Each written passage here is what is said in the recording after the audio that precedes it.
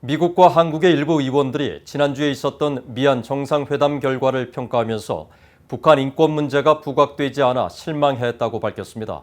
또 바이든 대통령이 북한 인권 문제 개선을 위해 한국 정부를 압박하거나 이에 대한 혜택을 줘야 한다고 지적했습니다. 한국 여당 국회의원은 인권에 앞서 한반도의 특수 상황을 고려해야 한다고 주장했습니다. 오택성 기자입니다.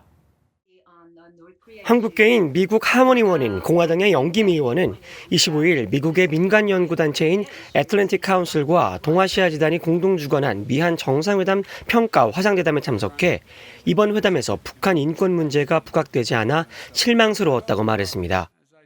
김 의원은 바이든 행정부는 지금까지 진지한 정책 논의나 외국 정상과의 회담에서 북한 인권 문제를 포함시키는 것을 지지해왔다면서 향후 북한 인권 문제가 우선적으로 논의되길 바란다고 강조했습니다. 영김 의원은 그러면서 한국 문재인 정부 고위 지도부가 북한 인권 문제 제기를 남북 관계를 불안정하게 하는 것으로 보고 있고 김정은과의 협력 증진을 위해 북한 인권 문제 제기를 피하려 해왔다면서 북한 인권 문제 진전을 위한 한국과의 협력이 어려움을 겪을 것으로 전망했습니다.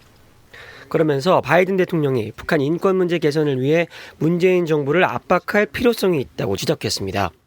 I believe President Biden will have to apply some significant pressure on the Moon administration or offer concessions to get any substantial bilateral progress on North Korea human rights issues. I have yet to see President Biden working seriously to appoint a special envoy on North Korea human rights. I think that would be a good step in the right direction.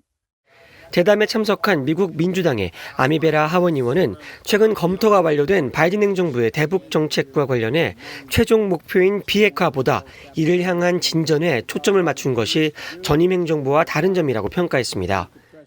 That said, I think Secretary Blinken, has indicated a willingness to start a dialogue, but understanding that denuclearization, is going to take time. So what are 화상대담에서 한국의 윤건영 더불어민주당 국회의원은 바이든 대통령이 이번 정상회담에서 북한 인권 특사에 앞서 대북 특별대표를 먼저 임명한 것은 북한과의 대화에 복귀하는 데 준비가 되어 있음을 시사하는 상징적 가치가 있다고 말했습니다.